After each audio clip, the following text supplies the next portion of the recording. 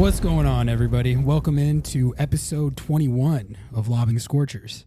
This is Ari and Noah. I've got producer Noah here with me. Noah, say what's up to the people. Ari, I'm just tired. It's not going to be the happiest of pods today, unfortunately. It's not an L pod for the Seattle Sounders, but it's what I would deem a highly underwhelming draw pod for the Seattle Sounders. 0-0 at home against Austin FC. So we're going to have to break that all down, unfortunately. I'm not super excited to break it all down, but you know, we don't shy away from results here at Lobbing Scorchers. We talk about it no matter what it is. So we're going to dive into that, and then we're going to bring back the segment that we debuted on episode 20, Winners and Losers, where we jump around the league and give some takeaways on the other results that took place throughout MLS. So we're going to throw down those takes, and then I think get out of here. I don't really feel a burning need to spend a great deal of time on the Seattle Sounders this week. We developed a policy last season where we would go in depth on them and always lead the show with the Seattle Sounders if they scored multiple goals in a game. I wasn't sure if I was going to carry that policy over to season 2 of the pod, but that's kind of how I feel this week after watching that game. Like I said, 0-0 at home against Austin FC, they might be the worst team in the league right now. Easily. I didn't really see much in this game that dissuaded my opinion on that. They tried to give the game away multiple times, but the Sounders refused to take that opportunity. They certainly were not overly interested in scoring a goal for themselves, which, you know, I don't necessarily fault teams when they come to Seattle and try and do that, you know, kind of just get out of there with a scoreless draw. It's always really frustrating when a team does that to success, though, because you can always tell when that's what a team is doing. That's exactly what Austin FC was doing in this game. And they did it successfully. They got their 0-0. They got their road point. So I really can't hate on that too much, but it wasn't all that fun to watch. The Sounders are now 0-1-1 through 2 games of their 2024 season, 1 point through 2 matches, and one goal scored through 180 minutes, which was a penalty kick, not from open play. A deservedly earned and well-converted penalty kick, but this team still looks pretty much the same as last year on offense. You know the only other team that doesn't have a goal from open play right now? Tell me. New York City FC. That's interesting. They look really bad, and this is supposed to be a big resurgence campaign for them. We might talk about them a little later. The pundits also said that it was supposed to be a big resurgence campaign for the Sounders in attack too, so. It's true. And okay, so let's just get into it. I tweeted after the LAFC game that I was going to wait to formulate a judgment about this team until I see it with João Paulo and Albert Rusnak both healthy and in the lineup. They were not either of those things in this game, and so I still feel that way. Pretty much. I think, you know, it should surprise no one that when those two guys are missing, that this team struggles on offense. Certainly doesn't surprise me to see that. However, that caveat only takes you so far when you haven't really had your full lineup since dating back to last season. And when you're in that situation, the onus is on the players and on the coaching staff to adjust and try things out that might change your fortunes a little bit. Doesn't it feel like they're kind of banging their heads against the wall, trying the same things over and over and over again to the exact same results? That's how I feel watching this team play offense. And in that vein, Noah, well, I guess we'll give our takes on the changes that we would make personnel-wise and tactically to try and fix this offense. But I think in general, the thing that I want to say is I just want to make an appeal for something different. You know, just try something new. I would rather have the intrigue and uncertainty of the unknown than I would watch the same thing over and over again this season that we watched last season. So until JP and Rusnak are healthy, I think there is a couple things that you can at least try. Just try it. Just try it. Okay. So I'll tell you what I would do. Okay. Number one, I think this is the biggest thing for me, Noah. And this is not a bit at all.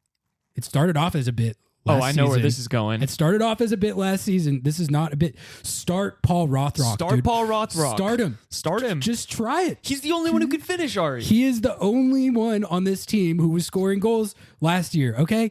It was in U.S. Open Cup play where he had a game where he scored twice. He scored twice in one game. When's the last time a Sounder has scored twice? I couldn't even tell. I think the last time, I was thinking about this yesterday. I think the last time where I was watching the Sounders play and they were really just flowing on offense and they looked like a team that could be consistently dangerous and score multiple goals in a game was Charlotte FC last year. Yeah. I think that's about the last time. There might be a couple games in there after that I'm not thinking of, but that was the last time I remember watching this team and feeling like they were an upper tier consistently dangerous MLS attack. It's been too stagnant since then. And, Paul Rothrock, he had his 2 goals in U.S. Open Cup and he scored the game winner against Houston. At the death. He is the only one who was consistently scoring goals. I understand it is very small sample size, but I think in that sample size, given the struggles that this team has had on offense, dating back to last season, it's worth just giving it a try. It's worth giving it a try. The other one is Cody Baker. Just put him in at left back. Please. Just try it. Please. Just try it. I think of Cody Baker as a more defensive-minded fullback than an attacking one, which is Nuhu's same profile of skill set in a way.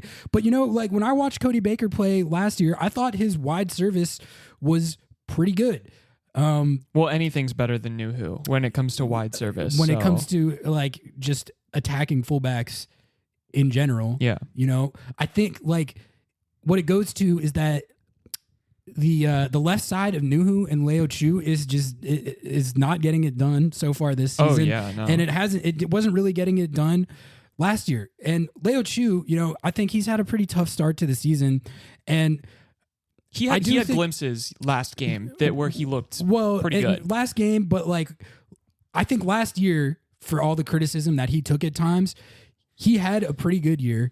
He had 5 goals, 8 assists. He looked like he was figuring it out a little bit.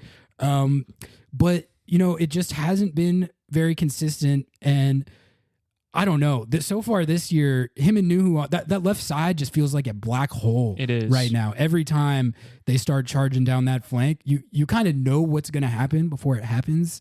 Leo Chu, he's a very physically gifted player.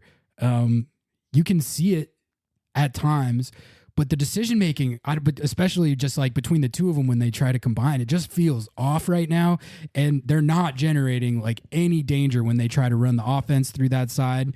And it's two dudes in their own world, a little bit, yeah. And frankly, the right side with the Broldons, it's not like they've been cooking with gas either. But I think you saw a little more in the Austin game where you could make things happen when you're running it through the right side. Mm-hmm.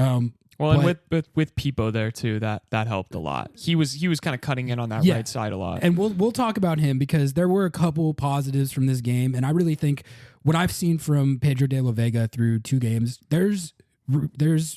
you're within reason to be encouraged by that if you want to. This guy is sick. Mm-hmm. I think you can kind of tell that he hasn't fully developed the chemistry with the other attackers yet, as far as he's picking out these passes that it's really impressive vision and just the fact that he's able to spot guys and pick them out. But it feels like they're not quite on the same page yet, but I think that will come with reps. They have pretty much no reps together. So I'm encouraged by what I've seen from him. Can I give a hot take on that? Yeah, go for it. So I think one of the big chemistry is the biggest issue, but number 2, I think that a lot of these Sounders players, especially like someone like Obed and other people just kind of cycling in the middle that are going to receive. They've never played with a player with this quality before.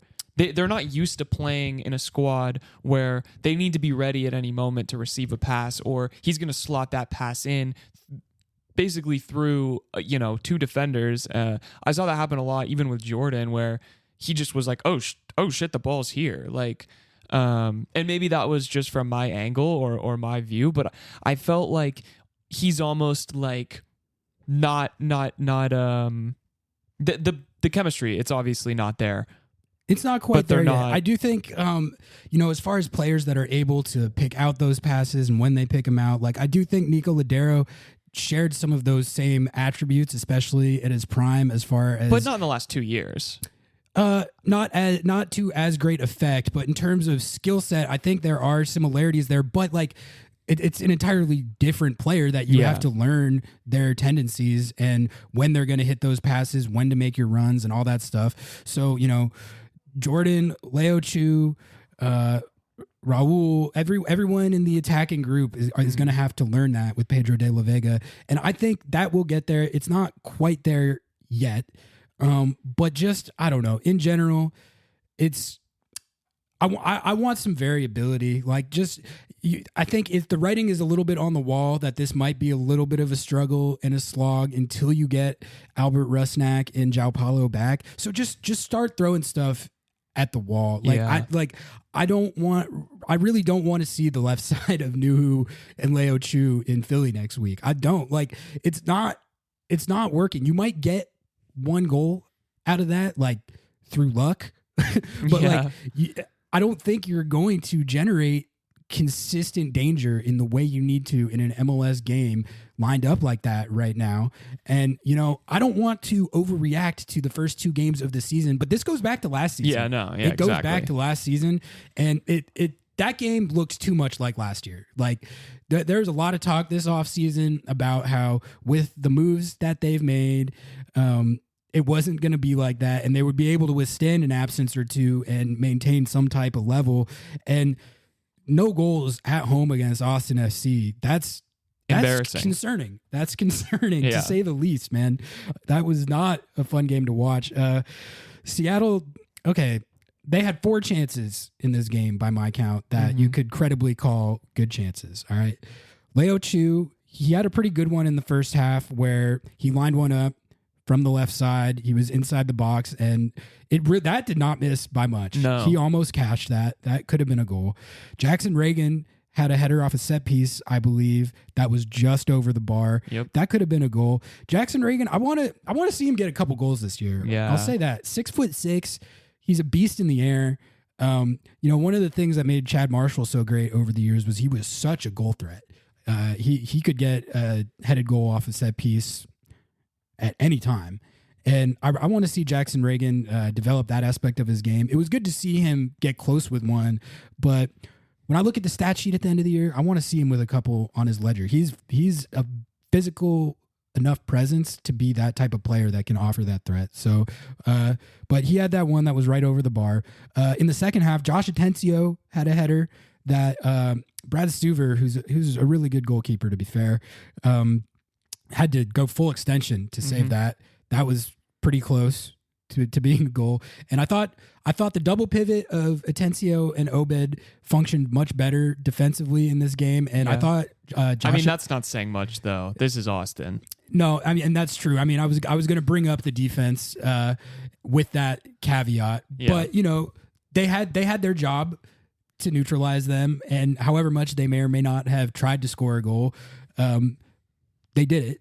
And but like also in the LAFC game, you didn't really get all that much in attack from midfield.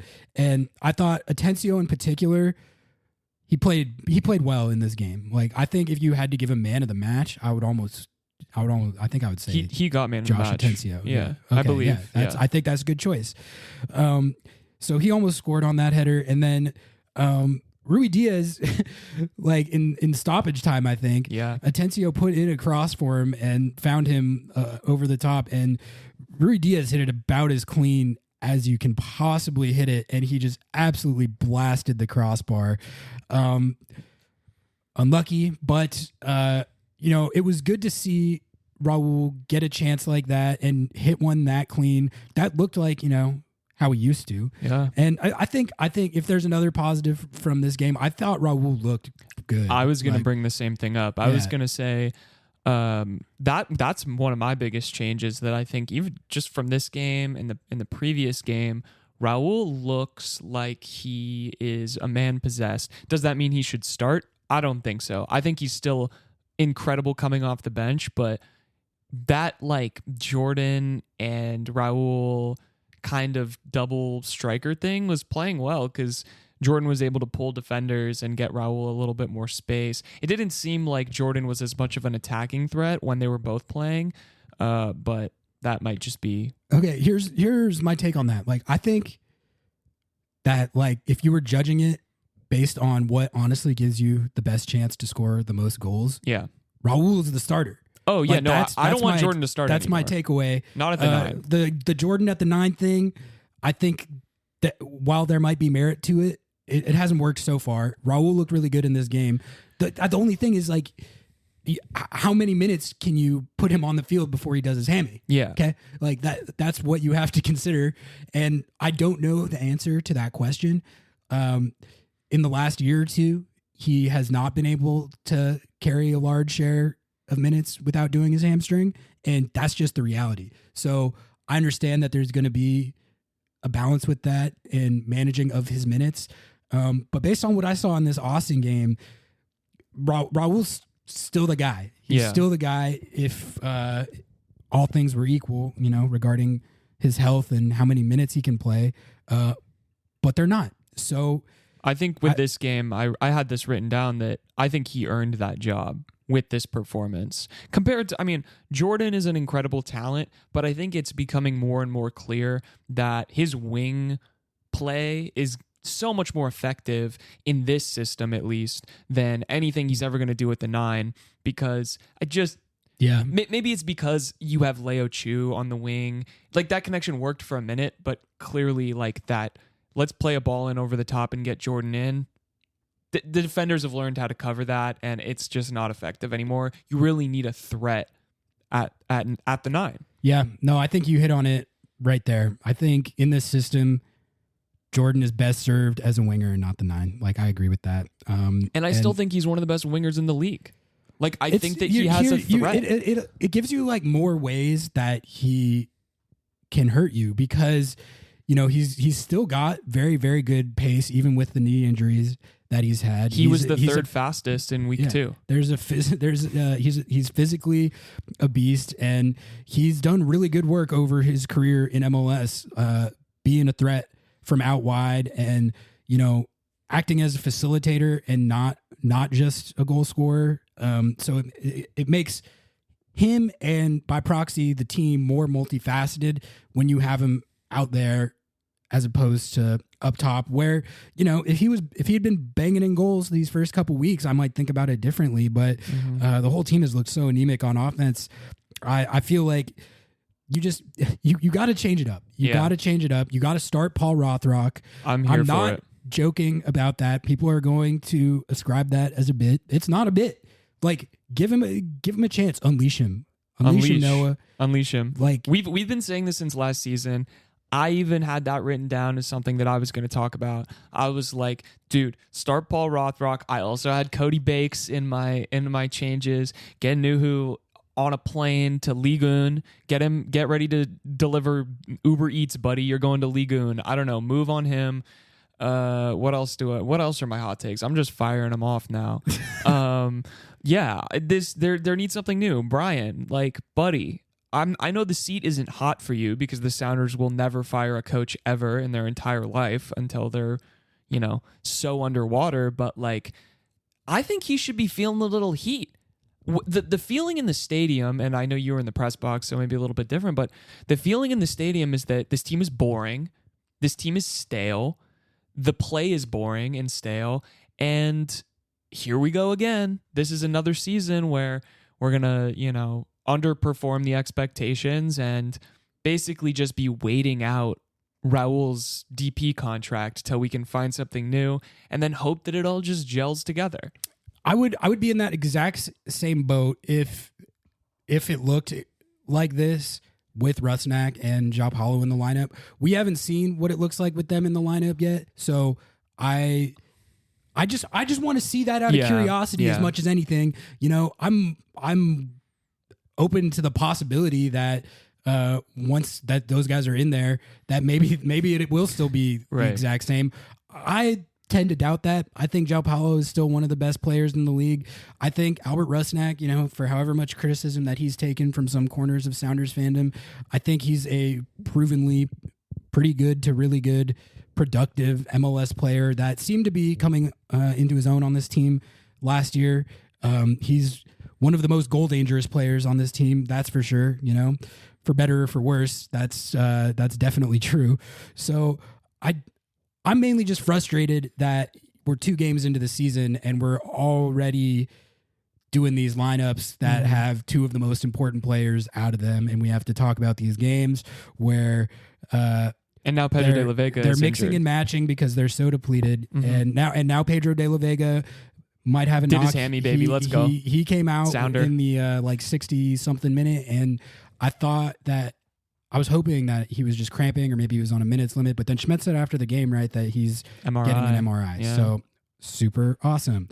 I think I'm also nervous to like, I don't want to rule the whole plan out. I don't want to rule the whole team out, but we had a lot of punditry last year around Roldan Christian being the engine that was missing. We're missing the engine in Christian, and then he came back and they did nothing.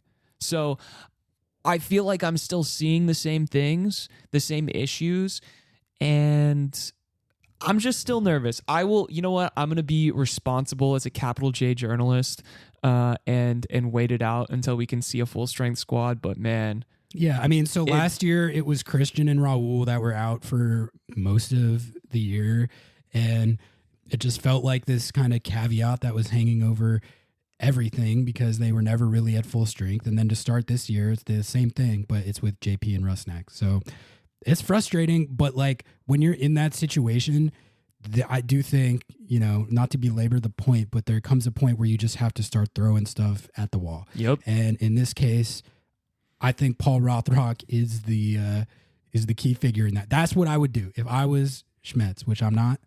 I would unleash Paul Rothrock. But it is free advice here. Yeah, I think that's about enough on 0-0 at home against Austin FC. Thank God. Who, like I said, probably the worst team in the league. No offense, Austin fans, but I think there was they had probably the worst performance of matchday 1, getting boat raced by Minnesota United, who didn't even have a coach at home, and then in this game they really did nothing that much better than they did in that game.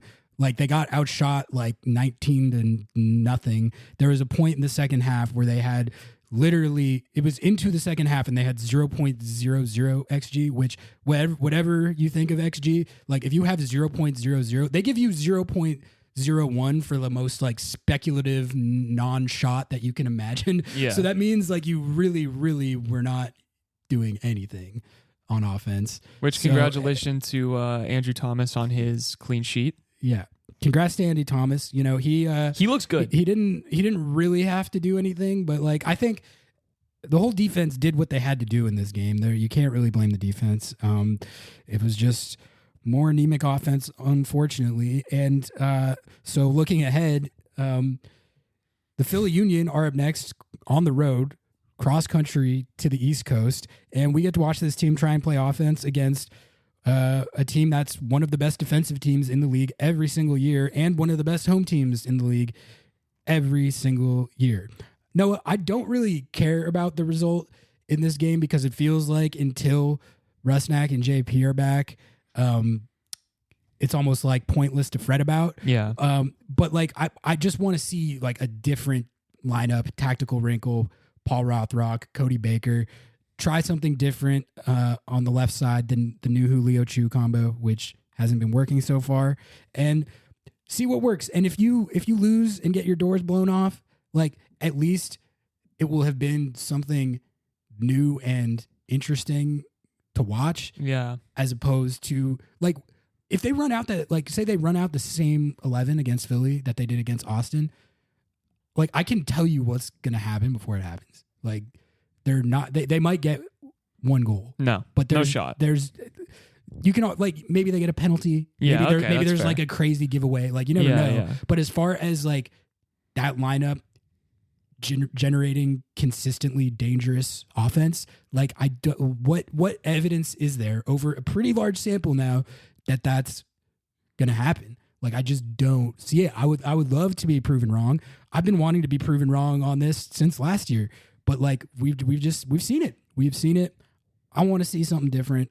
I'm hoping that the coaching staff came to the same conclusion. I think they got to be pretty tired of watching this offense too. As tired as we the fans all are. Like we need a finishing coach, man. We need a finishing coach.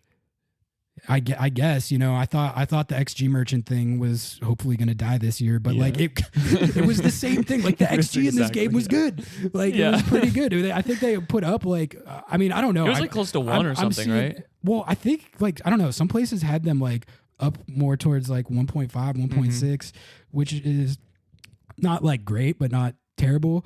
But then I saw other places that had them more like 0.9 to 1.0. So I don't know. I think, and if anyone's got like a source they really trust on that, I'm a little confused. We got to hit up names. I feel like it used to be that all that data, no matter where you looked, was like roughly in the ballpark. And I feel like in the last couple years, I've been seeing like XG numbers and other stats too that are just way different. So anyway, I think either way, like we went over the chances. Like there were some pretty good ones, but like it was the same thing as last year where they would get those chances and then they would never go in. The Rui Diaz one off the post is just like, like it was a great ball by Atencio. Raul hit it so nice. If that goes in, we probably feel a little bit better about everything, even though I really don't think it would have like changed much in principle. Like that if you got bailed out by like a really sick volley in stoppage time, it really wouldn't have changed what the rest of the game looked like, right? So anyway, this Philly game, I don't know. If I see the starting 11 and it's the exact same as the Austin one, I don't know how much of that I can really watch, man. Like I feel like I've seen it too many times. I always watch, but just please start Paul Rothrock, man. Please, I'm begging you. All right. There's nothing more to lose. Like there's nothing to lose. There's nothing to lose. There's nothing to lose. Just try it. Just try something. Even if it's not Paul Rothrock, try something. Try something. Brodilio. Throw a curveball. Brodilio did his hammy, so he's probably not playing. Okay. But, Sounder. The injury report stays lengthy.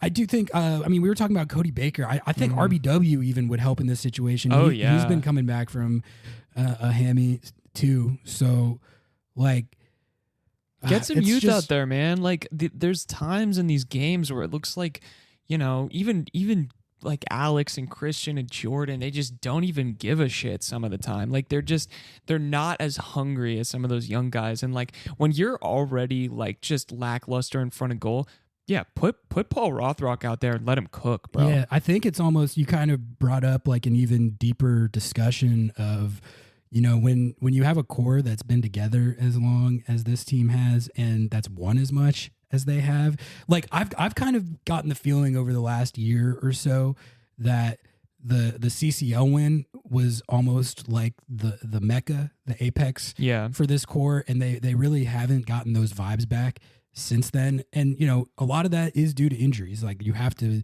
take that into account. But it's interesting to think about like the potential psychological component of it and like how hungry can you still be when you've already reached the mountaintop. So I think that is, it's impossible to say and really answer that question, but it's something to think about. And it's certainly something for Craig Weibs to think about. I was told that I was calling him Craig Weibs on the last episode. It's Weibel, Craig Weibs. Craig Weibs. Craig Weibs. Craig Wives might what? have to think about that if we hate pronouncing things right here. it's so true. Yeah, Waves I'm is the king of whatever. the mispronunciation. Correct. Anyway, Yeah, I would love to see. I think I'm in the same boat. Honestly, I think I'm just committed to the fact that we are in transition and have been in transition as a club. The bit is like, here's to the next 50, right? The 50 years of the the Sounders being around. But I think that's true. I think that it's transition. I think that transition is really kind of painful unless you're a team like apparently Miami, who can just sign God and Jesus and the Holy Spirit, which I'm sure we will be talking about all three of those players. But it's kind of painful. Like, you see Pipo, you see the vision of what this club can be and what it's going to be in the next phase, but it does feel like we're still just stuck in that last season before mentality. yeah. I mean, I don't know if there's much else to say on it other than that. I mean, this team needs JP and Rusnak back so badly, man. Like, you basically just have to hope that you can get those guys healthy and that fixes the offense, which is just annoying because that's the exact same conversation we had all of last season about Christian Roldan and Raul Ruiz. All right, let's move on. I don't want to talk about this. We don't even want to talk about Philly, honestly. We don't need to preview the Philly Union game. We'll definitely talk about whatever tactical approach is taken, whether it's the same or different on episode 22. But I'm ready to move on to some other results around the league because they were a lot more interesting than that game. We said we wouldn't spend too much time on the Sounders, and here we are 31 minutes in. Yeah, we can't help cooking. ourselves. We can't help ourselves. We're freaks. So yeah, we're gonna do winners and losers again. No, I thought that worked pretty well last time. I got a little bit of good feedback on that. So we're gonna hop around the league again and look at some results that went well for different clubs and others that went not so well. So let's do the winners first. I mean, you hit on it right at the end there, but I think you got to start with Inter Miami. Yeah. 5-0 over their rivals, Orlando City SC, and it was not even that close. Messi and Suarez both had braces. Bob T scored again. Suarez knows talent. He laid the ball off for Bob T to put that one in the back. Yeah, he was on a Hattie and he set up Bob T instead, who I think Bob T has got to be on about as cloud nine as any soccer player in the world. It's amazing how much the stakes have raised for that guy. Like, pretty much a nondescript player throughout his career. He didn't even come to MLS with all that much hype, and now all of a sudden he's playing with a bunch of the best players that have ever played the game. And it is interesting when you watch Inter Miami, like how a team like that can elevate a guy like Bob T. Bob T, all due respect to him, he's not this good. He's not. He's pretty good. He shouldn't be this good. He's a solid MLS player.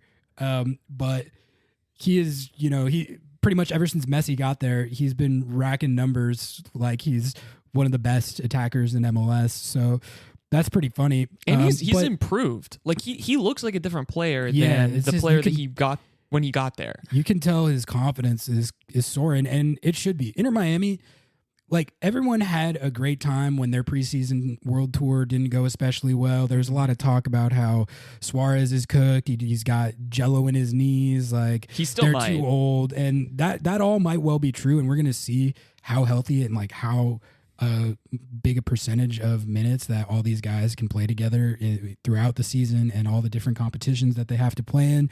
But I mean, for me, when I watched most of that game before I switched to the snow one, and it's just I felt a similar way watching it as I did when I was watching Inter Miami at their Apex and Leagues Cup last year, which is it's just an entirely different level, to be honest, than any MLS team I have ever seen. It's fun to watch. Yeah, it's really, I mean, it is really fun to watch them when they're on offense. Like, it's crazy. It feels like every sequence of possession, every one ends in danger. They don't have like bad or sloppy giveaways with Busquets and Messi and Jordi Alba. Like, I mean, Galaxy pressured them. They played them pretty well. It's true, but like that, even that game is an example. Like, that's one of the harder road trips that you're going to have to make. Yeah. Miami to LA, and any previous iteration of Inter Miami, I guarantee you, no matter how bad the Galaxy might have been at the time, they would not win that game or take a result. Like the Galaxy would probably win. And this iteration of Inter Miami, under those circumstances, even in a game where the Galaxy were kind of on top of them and outplayed them for a lot of the game, they still pulled a result. And I mean, they got bailed out by the ref. Yeah, I mean, but still, that last 8 minutes, you were like, okay, Miami's going to win this now. Yeah. Like you could tell that like the confidence of the Galaxy was gone. And like that's the insane thing about this team that I think a lot of people don't talk about is like they are deflating. They will deflate any team they play. They put this trance on teams that is so weird. I've never seen it in my life before where like they may be Jello knees. They have the worst defense in the entire league by far. Ooh. You can counter-press them easier than you can counter-press a U14 team. But it doesn't matter. It's like somehow when they get on the field and they're playing another team, it's just there's some kind of distraction or cloud. It's crazy. Yeah, I mean, I guess it's what happens when you sign like 4 of the best players to ever play the game, including the literal best player. Mm-hmm. And that's kind of why, like, I'm not even just saying this out of recency bias. I really never bought into the whole idea that they were in any sort of trouble after preseason. Like it's kind of like, when you have a super team, like you remember when LeBron and D Wade and Chris Bosh were all on the Heat, and they struggled a little bit when they first started, and then they won like a couple championships, and they had these stretches of basketball that was just like the best hoops that you've ever seen. Yeah, like there comes a point where when you put that many generationally talented and dominant players on the same team, it becomes as close as you can get to an actual real life cheat code. And that's what Inter Miami have kind of established here. Like it's a cheat code, what they're doing.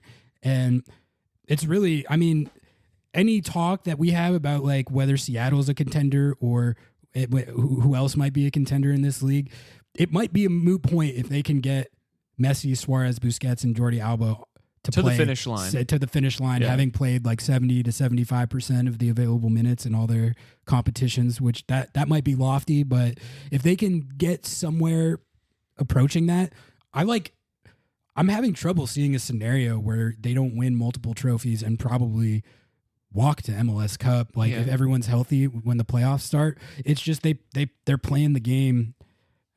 The East doesn't look that hard either. Different level. The top teams in the East look good, but other than that, honestly, there was some other news about Inter Miami today. They traded DeAndre Yedlin, which I thought was actually funny, to FC Cincinnati. I think it makes sense on multiple fronts. FC Cincinnati needed a replacement for Alvaro Barreal, who's one of the best right backs in the league, who they transferred. So DeAndre Yedlin gives them a right wing back to replace that. And, DeAndre Yedlin, he's still a very good fullback in this league. And so I definitely get it from an FC Cincinnati perspective. And then Inter Miami, they had kind of a logjam because Yedlin was their starting right back, but that's also probably on their team the best place for them to put Julian Gressel, who they signed over the offseason, and who's been nasty. Well, he was really good in this Orlando game, and honestly, that might be like the scariest thing of all. Julian Gressel is one of the best. He has some of the best wide service that I've seen in the league in the last few years. Yeah, and like that first goal that Suarez scored, how do you stop that? Like that, you can't. Well, I mean, I want to be very like poignant on this though. Orlando looked, I mean, they didn't even look like they wanted to play. Their defending on that first goal was disgustingly bad. They just left like, Suarez. It's like open. I don't ever know how much of that is like an effort or ineptitude thing on the defense versus how much of it is Inter Miami just being stacked with these guys who are like I think that's fair. Suarez, he's 35, 36 now, but he had 26 and 17 in the Brazilian league last year.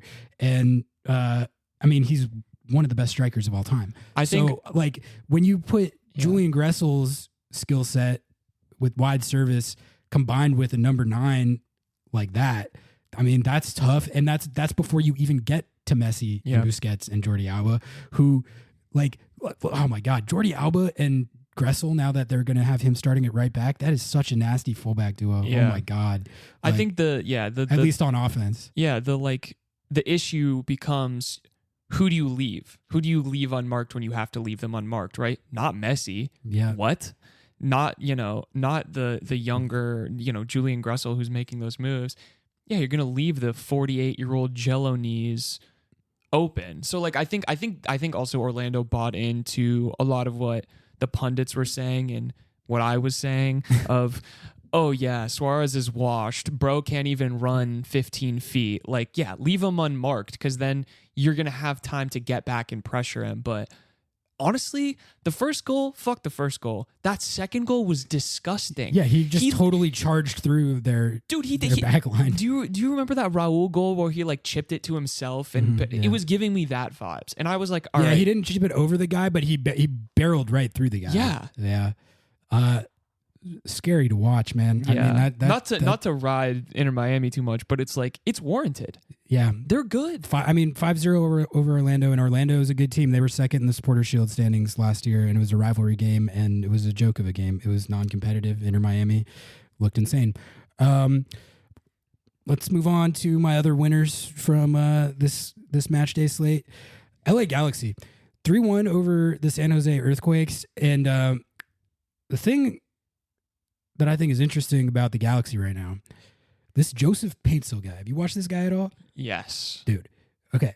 So Greg Vanney, I watched a lot of his interviews in preseason. He talked a lot about how last year, one of the problems that we had, we being the Galaxy, was that teams basically just clogged the middle against us, and we had really no recourse to threaten from out wide. We weren't dynamic enough, and we weren't dangerous enough from out wide. So they signed 2 DPs leading up to this season. Gabriel Peck, who that was the touted signing. He's a Brazilian youth international, I believe. Really highly touted prospect. I think he's like 22 or 23. So that was the signing that got the most attention. But then they also signed Paintsil, who's a Ghana international winger. And so they basically they really addressed what Greg Vanney and Will Kuntz, their general manager, thought was their biggest weakness, and it's looked pretty damn good so far. And Paintsil in particular, in the Inter Miami game, he was one of the best players on the field for most of that game, and then in this game against San Jose, he had a goal and an assist. I think the Galaxy might have a serious guy with this guy. Like Paintsil, if you haven't watched much Galaxy this year, they're worth watching. I think like just for him, like he's fun to watch and he's got like end product. Mm-hmm. And so I think, I don't want to speak too soon. It's only been a couple games, but I think the Galaxy, at least on offense, they might be cooking because Dejan Joveljic, he has over his last like 10 or something games, there's some stat where his goals, it's either goals per 90 or goals and assists per 90, but it's like something crazy. It's like 1.5 something. Wow. Which is like, if you're anywhere close to 1.0, that's like an elite number. And he's like way over that. Putting him starting for them over Chicharito, like I think they might be. And I think my main takeaway so far though is they look like they hit on Paintsil, and that is unfortunate for the rest of the Western Conference because I think, speaking for ourselves, we've had a great time with the downfall of the LA Galaxy over the last few years or so.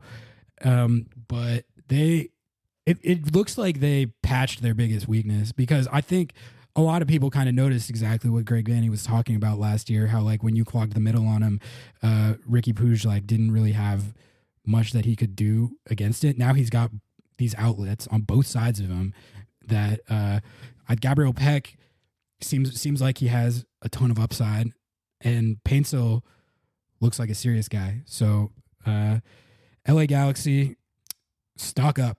And then my last winner for the week, Sam Adeniran. Slamming He Sam, did baby. it again, dude. He did it again. Nasty. Another goal. Noah, I'm ready He's to say nasty. it. I think he's the greatest player I've ever seen. I think he's the greatest player I've ever seen. I've never seen a striker like this. Like, we're talking about Luis Suarez.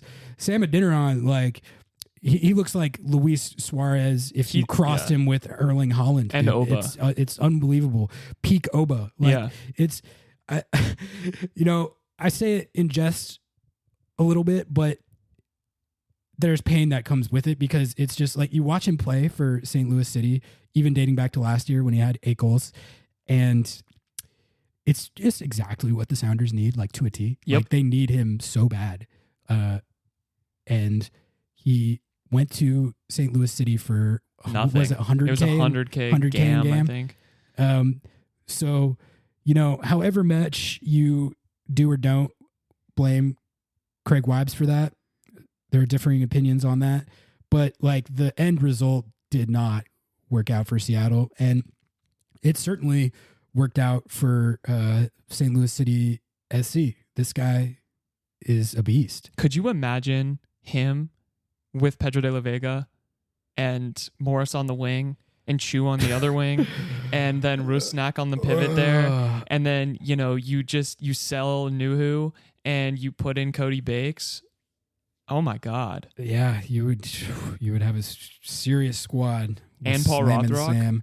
Yeah, you have to have Paul Rothrock in there. Anyway, we're gonna stay on the Sam Adeniran beat, because it's kind of like, I'm honestly happy for the guy. Like, it's a fun story, because he came from the USL. Like, he was not He's a so super likable. highly touted prospect. He's super likable, and he as hyperbolic as my praise is going to be of him, like, he looks insanely good. Yeah. So and you got to any week that Sam Adeniran finds the score sheet, which he's done each of the first 2 weeks of the season, he's going to be in this section, and we're going to keep tracking that. Okay, let's do the losers. That's always fun. Yeah. Okay, first one, LAFC, man. All right, 3-0 at Real Salt Lake, and it was the snow game. Okay, Snow game. This game took place in a torrential blizzard, like some of the worst conditions I've seen for sure. I've seen a fair amount of snow games. It happens in Colorado and Salt Lake a fair amount, where you have to play these games in these adverse elements. LAFC were not ready for it. They lost the game 3-0. And no, Steve Cherundolo, LAFC head coach. So I actually was on his Zoom call after the game, because he was cooking. So for MLS soccer, snow content does quite well, as unpleasant as it is for the players and maybe to watch at times. The visuals are they're fun to look at. So it's like hitting diamond in the content lines. Yeah, exactly. It really is. So anyway, we were seeing if we could collect some audio from coaches and players about what it was like playing in that. So I was on Steve Cherundolo's call, and this was one of the most blazing hot MLS coach pressers I've ever seen. And I've seen a lot of them. I track the blazing hot coach pressers very closely. That's some of my favorite content. Josh Wolf has been my favorite lately. But Steve C, he gives some good ones, especially because they've lost a lot of finals in the last couple of years. So afterwards, he likes to pop off. But he popped off after this game harder than I've ever seen him pop off. He basically said that it was a joke that they played the game. It blew his mind that they counted a game played in these elements towards the standings. He said it was a safety hazard. He said that they should have called the game, and he went off for probably 2 to 3 minutes to start his presser. Then he got asked to follow up and said he wasn't going to expand on it, but then popped off for another couple minutes. He was cooking, and I have a couple things to say about this. First of all, like, I understand the frustration of playing in a game where the elements are so bad that it's borderline not soccer at a certain point. Like, you're not really like even playing the game. And that's kind of, I think, what Steve Cherundolo and Ryan Hollingshead were alluding to, is it's like you can't prepare for it. You can't take anything away from it. So with all that acknowledged, though, would they be saying those things if they had won the game, or are you saying that just because you got boat raced in the game? What if LAFC had won 3? If LAFC had won 3-0 and you still said that, I might take that seriously. But if you're only saying it after a game that you lost, how much of it is because you really feel that way and how much of it is because you lost the game really badly? Yeah. That's kind of, I mean... It sucks because Steve T does have some valid points there. The game probably shouldn't have been played. It is a legitimate safety hazard for players, especially like frostbite, when your entire living is made on your toes and feet. Like, valid. But at the same time, Steve T will bitch about anything. Steve C. I'm sorry. I don't know why I said T. Steve C. He will literally say that it's anyone else's fault but LAFC when they lose games that they should win. And should they have won that game? Probably not. You knew it was coming. The thing, I mean... But it's like, you can't give it to him. If they had won the game, he would have got up there and said, this is LAFC. We don't make excuses. Yeah. If it's snow... We don't give a shit. We'll play you. We'll play you anywhere. We'll play you in any elements, and we'll beat you just like we. That's what he would have said. I guarantee you, that's what he would have said. So, anyway, I don't want to bag on Steve C too much because I love a blazing hot coach presser, and he gave a really good one. I'm not sure if it's on YouTube or anything, but if you want some good, fun, wholesome entertainment, definitely look up his presser. Hollingshead was popping off too. He said they're going to the Players Association with safety concerns and stuff. So, LAFC. One of the losers for this slate of match day. They were playing in literally like 8 inches of snow, though. That was pretty insane. I'm still putting them in this section. Fair. I don't care. I don't think it says it's a Steve C. It says absolutely nothing about the quality of their team. I'll say that. Yeah. But for this week, they get put in this section. They're a loser because they're sorry. Sorry. Next loser, Seattle Sounders. Unfortunately, no goals at home against Austin FC, the worst team in the league. Tough. That's a way to get you in this section. Yeah, that's brutal. We talked about it in depth, but like I didn't feel like I could compile this without putting them in there. FC Dallas was another one. They lost 2-1 at home to CF Montreal, who all the pundits universally derided as one of the worst teams in the league during the preseason. If you took screenshots of the predictions, everyone had them like 12th to 14th place or whatever. And FC Dallas is usually really hard. They were up in the power rankings last week, right? They were up in the power rankings. Their new DP forward, he scored in this game. He scored their goal. But that's, that's a bad result for them. Like FC Dallas, every year it's supposed to be the year that they really like leap into the next tier from like solidly average playoff team to like, maybe they can contend for some trophies. And every year it feels like they tread water, and a result like that this early in the season, you're kind of like, okay, is it like that again? All Maybe right. when the Hunt family gets tired of not paying any money for the Chiefs, then they'll decide to pick up the tab on FC Dallas and make something happen. Yeah. And then this one just went final just before we started recording, but the New England Reds lost to Toronto FC at home, which they're smoking cigs all the way back to Toronto. That's not good. Yeah, Bernadeschi's going to be celebratory vaping for sure. Correct. In all seriousness though, like Lorenzo Insigne scored a really nice goal for Toronto. And, for as bad as everyone was pretty sure that Toronto was going to be, and I was in that boat, because they were the worst. They were wooden spooned last year. And then if you look at their offseason, they didn't really do anything. They basically were running it back with the roster that wooden spooned. So everyone... They said, we want a trophy, guys. Yeah, we're running it back. I think deservedly everyone questioned that approach. But the thing is, like, Insigne and Bernadeschi are both provenly really quality players. So if there's a situation where they actually produce at the level that they are paid to and were expected to when they were brought in for all this money, which I don't think is out of the question given their talent and pedigree. I don't think Toronto is like a shield contender or anything, but they might be more competitive than we all thought, just purely off any potential leap that those two guys might take. It's still a team that their defense is Swiss cheese. They don't really have a lot going on in midfield. Their attack is Bernadeschi, Insigne, and that's it. But that actually might be able to do something with that, just because for as underwhelming as their time in MLS has been, they are good players. especially Insigne. Like, Yeah. Insigne is nasty. So, and also John Herdman, it seems like from his time with the Canadian national team, he has a reputation as like a fixer. Yeah. He's a guy, like that's what he did with Canada, was he took something that was a joke. Deeply broken, basically a joke, and turned it into the team that won the octagonal and made the first World Cup, their first World Cup since 1986. And looked competitive in the World Cup too. I thought they were pretty bad. They were bad, but they looked like they would have been competitive. I'm sorry. Let me clarify that, because they looked like I think it was terrible. I was just disappointed in their World Cup because they were the best team in CONCACAF. They were better than Mexico, and they were better than the USMNT.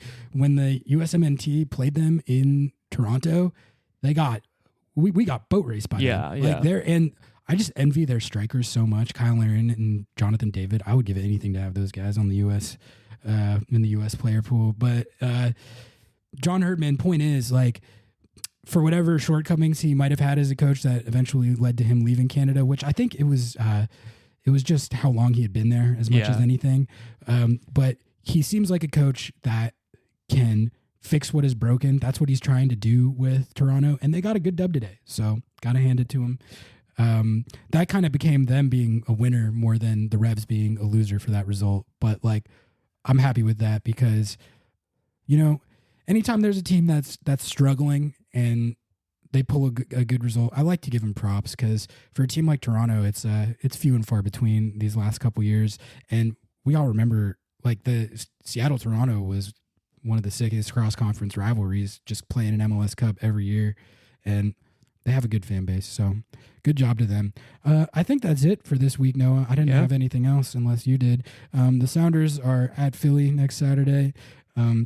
So I hope everyone is super pumped up and excited to watch them try and play offense at Subaru Park. It's going to be a great time, and we're going to record a podcast about it no matter how it goes. Before we take off, I wanted to say thank you to everyone who tuned in to our season 2 return episode.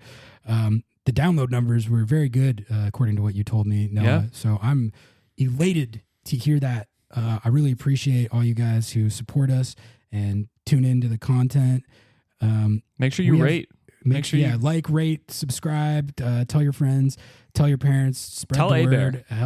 Tell A-Bear to download, tell everyone you know. Because as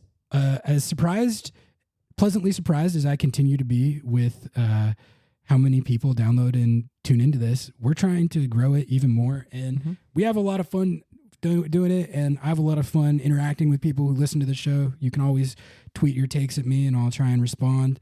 We'll do a questions app eventually. That's good shout. Maybe and we've got eventually, probably later in March, maybe do some guests once we're settled. Yeah, I love it. Okay, well, we're gonna call it right there. Thank you all for tuning in. Until next time, we out. Peace.